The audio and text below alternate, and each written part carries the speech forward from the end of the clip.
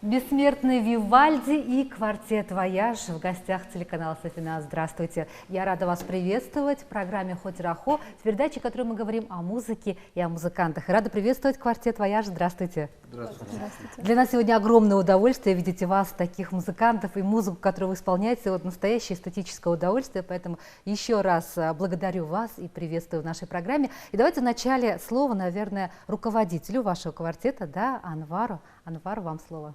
Спасибо. Мы сегодня гостим у вас. Я бы прежде всего хотел бы поблагодарить вас за приглашение. Хотел бы представить телезрителям, членам нашей группы, всех участников. Первый скрипка у нас Дарико, второй скрипка я, виолончель Марджона, альт Парвиз.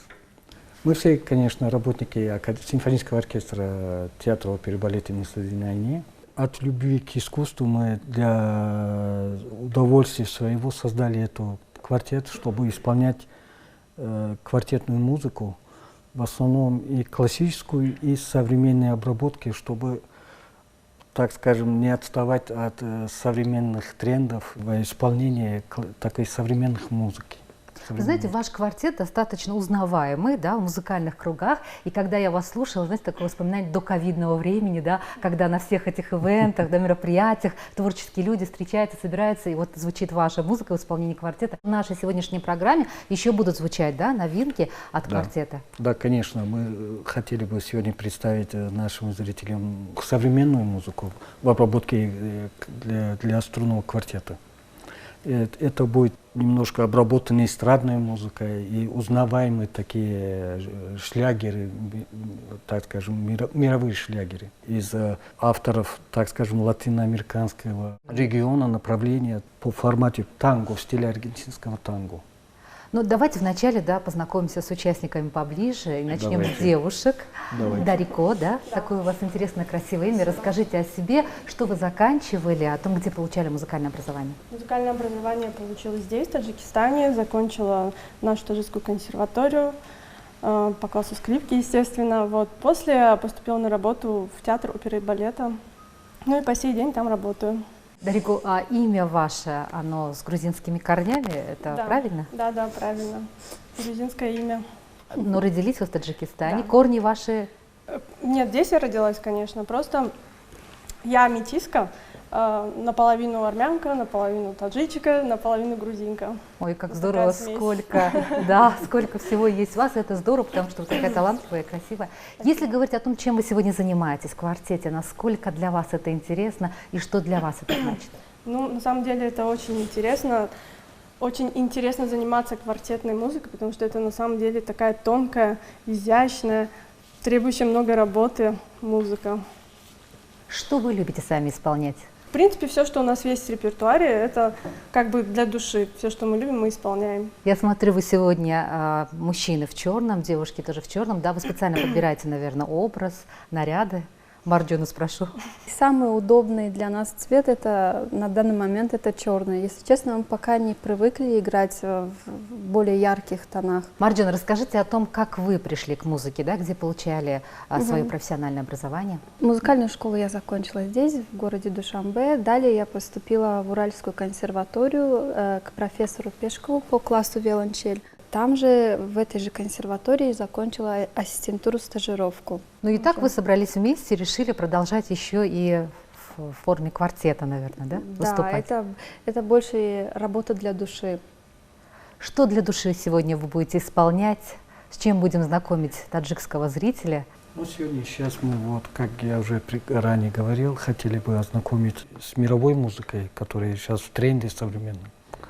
Вот хотели бы, как я говорил, латинскую музыку аргентинского стиля танго. Называется «Черепинг» Пабло Бельтрана.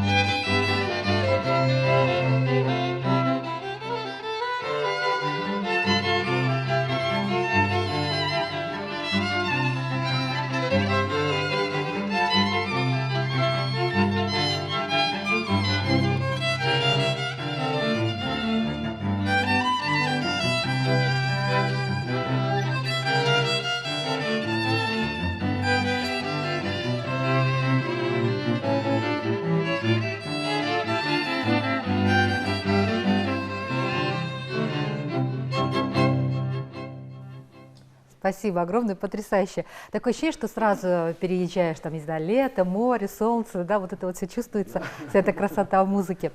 Ребят, скажите, насколько я понимаю, это все-таки командная работа, да, квартет. Вот насколько вам сложно и легко понимать друг друга и работать вот так вчетвером?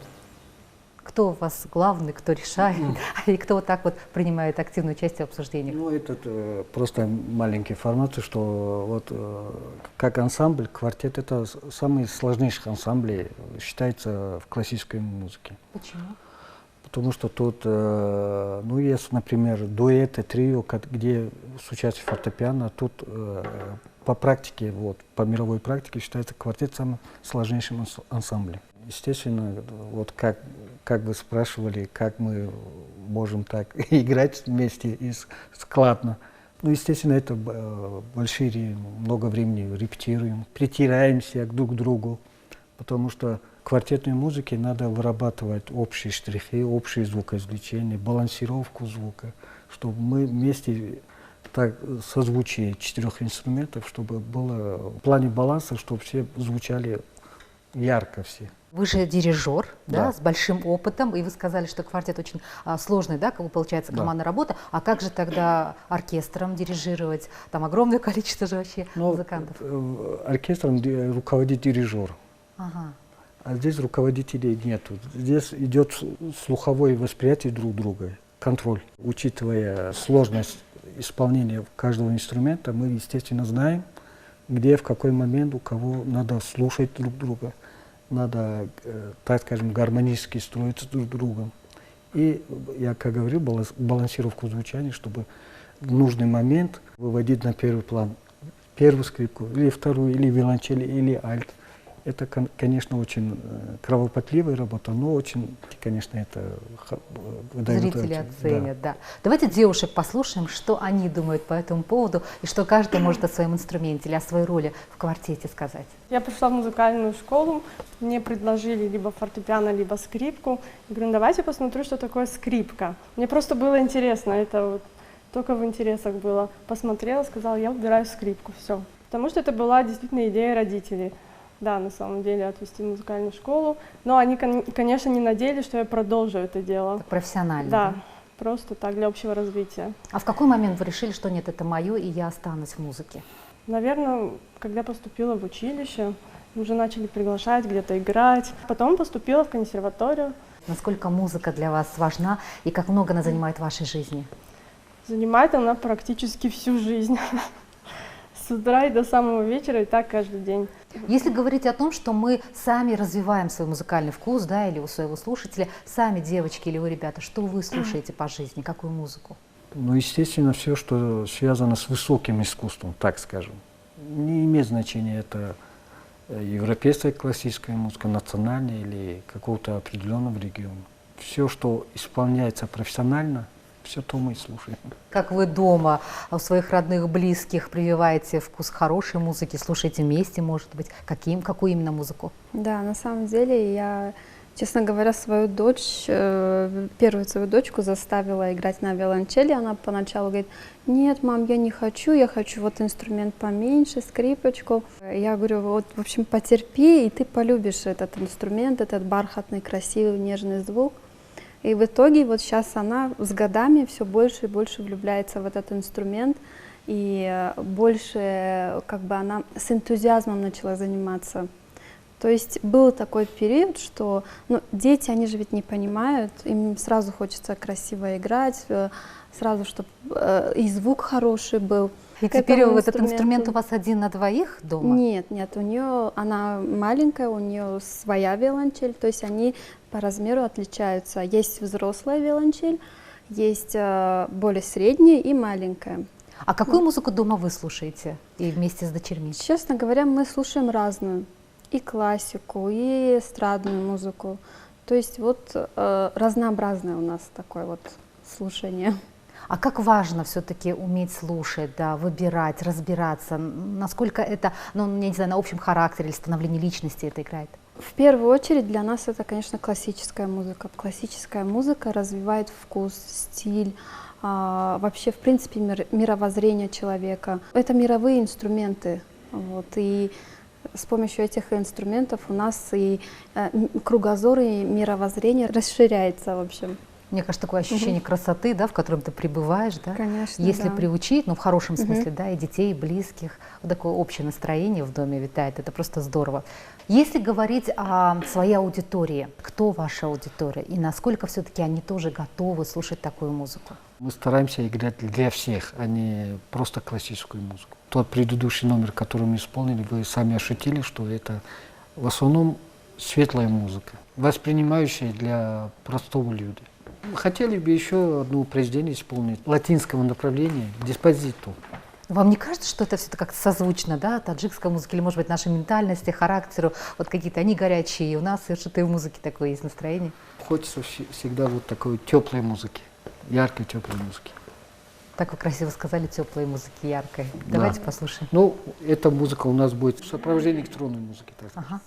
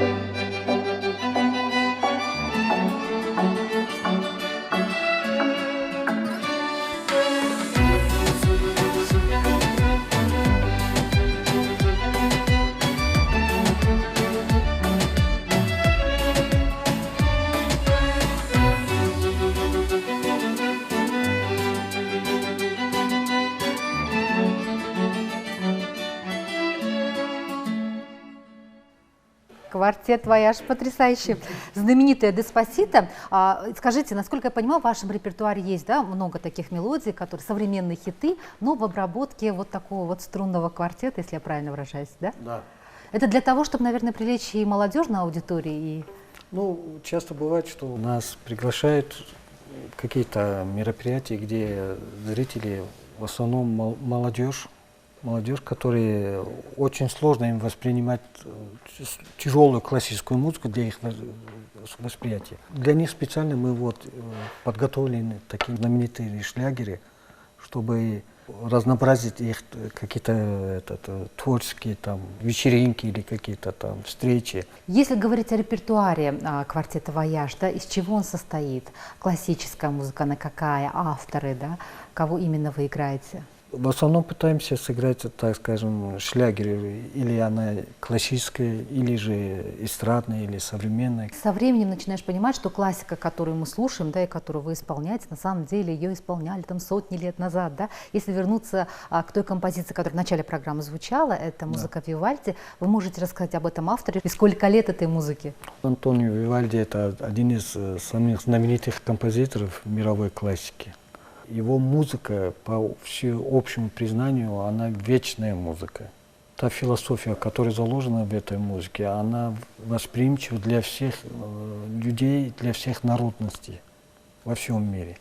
И музыку Вивальди очень много исполняет, очень много обработок и в эстрадном варианте, и в разных других вариантах. Светлая музыка. Всегда, когда Вивальди или исполняешь, или слушаешь, поднимает и настроение, так скажем, самочувствие человека. Если считать столетиями, то когда была написана музыка Вивальди? Музыка Вивальди 17 века, так скажем, автор 17 века. 17 века. Это... Которая в основном распространилась по всему миру и стала знаменита уже в последующем столетии. И до сих пор она звучит, и все хотят его исполнять и слушать. Марджона, ваше женское мнение, да, о том, насколько это важно слушать или что важно в этом плане делать, чтобы воспитывать свой музыкальный вкус? Уже доказано учеными, что, слушая классическую музыку, психика человека приходит в некий такой баланс. То есть человек может успокоиться, привести свои мысли и душу в порядок. То есть она обладает лечебными свойствами. Дарико, вы в своем исполнении какие-то мотивы, я не знаю, причем из разных культур, может быть, национальностей, может быть, опять же, СНГшного пространства, что-то в этом плане вы тоже используете в репертуаре, музыку других народов, стран? Используем нашу таджикскую музыку, у нас есть несколько композиций. Как раз в следующей программе будем исполнять таджикскую музыку. Также есть армянская музыка, да, такое тоже случается, играем. Что еще вы принесли сегодня, что зритель услышит в исполнении квартета «Вояж»? Сегодня мы еще исполним кавер на песню Майкла Джексона «Smooth Criminal». А можете рассказать историю, да, этого произведения, почему именно эту композицию вы решили взять, как родилась такая идея? Ну, на самом деле, это был, скажем так, заказ, нас попросили исполнить в одном заведении. Вот поэтому мы решили исполнить вот эту именно песню, потому что она такая зажигающая, интересная.